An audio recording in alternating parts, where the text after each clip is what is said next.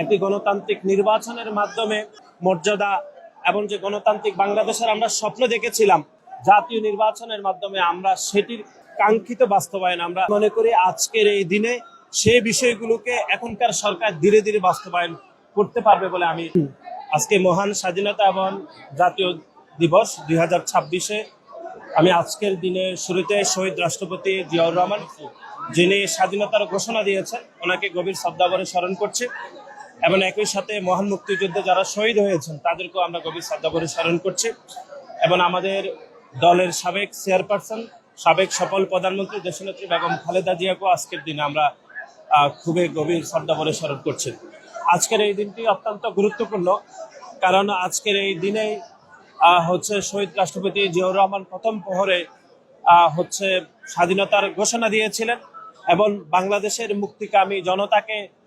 স্বাধীনতার জন্য উদ্বুদ্ধ করেছিলেন। আমি মনে করি আজকের দিনটি গোটা বাঙালি জাতির জন্য অত্যন্ত গুরুত্বপূর্ণ আমরা বলে মনে করি এবং বিশেষ করে গত 17 বছর ধরে যে বাংলাদেশের গণতান্ত্রিক ব্যবস্থাকে যারা ধ্বংস করেছিল, আমি মনে করি 2026-এর নন ইনভার্টার এসির দামে ঘরে আনুন বিদ্যুৎ সাশ্রয়ী ইনভার্টার এসি। এখন 1.5 ton my one inverter AC মাত্র 48,900 টাকা পাওয়া যাচ্ছে মিনিস্টার শোরুমে। একটি গণতান্ত্রিক নির্বাচনের মাধ্যমে স্বাধীনতার যে স্তম্ভগুলো, বিশেষ করে সাম্য, মানবিক মর্যাদা এবং যে গণতান্ত্রিক বাংলাদেশের আমরা স্বপ্ন দেখেছিলাম, আমরা মনে করি 2026-এর জাতীয় নির্বাচনের মাধ্যমে আমরা সেটির কাঙ্ক্ষিত বাস্তবায়ন আমরা শুরু করতে পেরেছি বলে আমরা মনে করি এবং আমি মনে করি যেই কারণে স্বাধীনতা করতে হয়েছে এবং যেই শোষণ নির্যাতনের কারণে বাঙালি জাতি স্বাধীনতায় উদ্বুদ্ধ হয়েছিলেন, আমি মনে করি আজকের এই দিনে সেই বিষয়গুলোকে এখনকার সরকার ধীরে ধীরে বাস্তবায়ন করতে পারবে বলে আমি বিশ্বাস করি এবং পরিশেষে আবারও মহান মুক্তিযুদ্ধের সকল শহীদদেরকে আমরা স্মরণ করছি। একই সাথে 90-এর গণ অভ্যুত্থান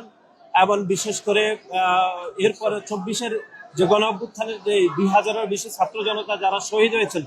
তাদেরকেও আমরা গভীর শ্রদ্ধাভরে আজকের এই দিনে আমরা স্মরণ করছি। ভাই, আপনি যখন কথা বলছেন ঠিক তখনই স্বাধীনতা দিবসে ছাত্র শিবির একটি মিছিল করছে, এই দিনে আসলে তাদের মিছিলের বিষয়ে কি বলে রাখেন? যারা স্বাধীনতা, সার্বভৌমত্ব এবং আমাদের মহান মুক্তিযুদ্ধ, বুদ্ধিজীবী দিবস যারা ধারণ করেন না, তারা যদি এরকম আজকের এই দিনে মিছিল করে, সেটাকে কুমিরের কান্নার মতো এটি শোনা যাবে। আমি মনে করি এগুলো তাদের শিক্ষার্থীদেরকে এক ধরনের বিভ্রান্ত করা, যে এটি তারা ধারণ করেন না, ধারণ করা না সত্ত্বেও তারা মনে করে শিক্ষার্থীদেরকে বিভ্রান্ত করে এরকম তারা মিছিল করে থাকে বলে আমরা মনে করি। তারপরেও আমরা মনে করি যে নতুন বাংলাদেশে তাদের স্বাধীনতা, সার্বভৌমত্ব, বুদ্ধিজীবী দিবস, 16ই ডিসেম্বর, 21শে ফেব্রুয়ারি, এগুলোর বিষয়ে তাদের চূড়ান্ত তাদের যে অবজারভেশন, এগুলো জানানো উচিত। কিন্তু আমরা দেখেছি গত বছরও, এই বছরও আপনারা দেখেছেন যে বুদ্ধিজীবী দিবসে তাদের একজন জামাত ইসলামের যে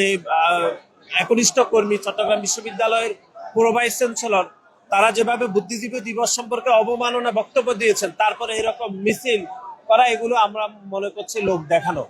প্রকৃত অর্থে মুক্তিযুদ্ধকে ধারণ করে যদি মিছিল আজকে করে, সেটি অনেক বেশি অর্থবহ হবে বলে আমরা মনে করি।